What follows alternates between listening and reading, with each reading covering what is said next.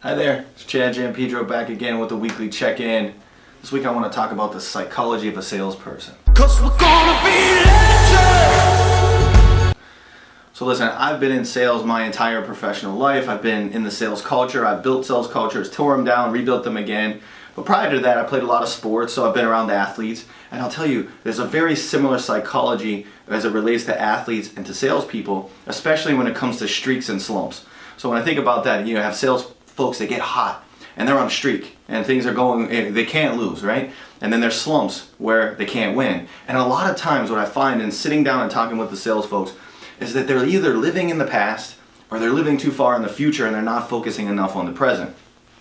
So if you think about it, if you think about the past, that's an easy place to go. You already know what happened. You know what happened in the past, and you can ruminate over that and find, really all the negative things, and then all of a sudden you're pulling those negative things from the past into your present life, and that's certainly going to have an impact on your results.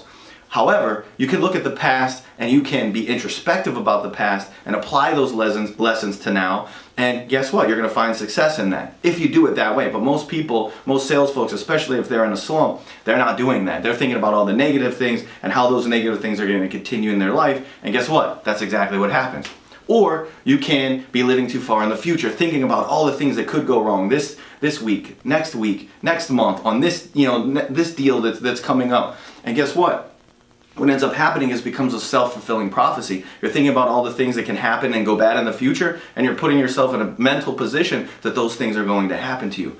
So really what you do in order to get yourself out of a slump, right, back into focused on business and finding opportunity is really, focusing on the here and now. That's the hard stuff, right? It's easy to relax your mind and think about the past, and it's easy to relax your mind and worry and speculate about the future.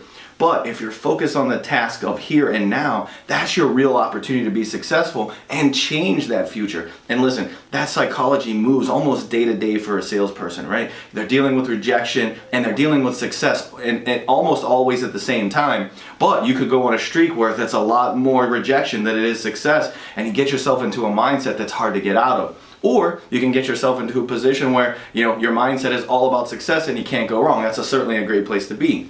But one of the things that does happen is that when you have salespeople that come off of success, right, and they're trying to recreate that, they live in that past of, wow, I really had it. I was at the top of my game and something happened either to me or to the market and now I can't get back there. And again, it takes that mindset back to the past in a negative way that doesn't allow them to steal their mind and prepare themselves to focus and critical think for today to build success tomorrow. That's a hard place to be. Think about it as peaks and valleys, right? When you're at that peak, right, nothing can stop you, feels great. In fact, you're fulfilled in your business, your family, it seems like, you can't go wrong. But guess what? You're going to hit those valleys. And if you're in that valley looking back up at that peak, it looks like a whole long way to go. And this next peak looks like a long way off. So again, what you can do is put one foot in front of the other, focus on the here and now, the today things that you can control, not what happened to you in the past, and not what might happen in the future, and that's going to be your path to success.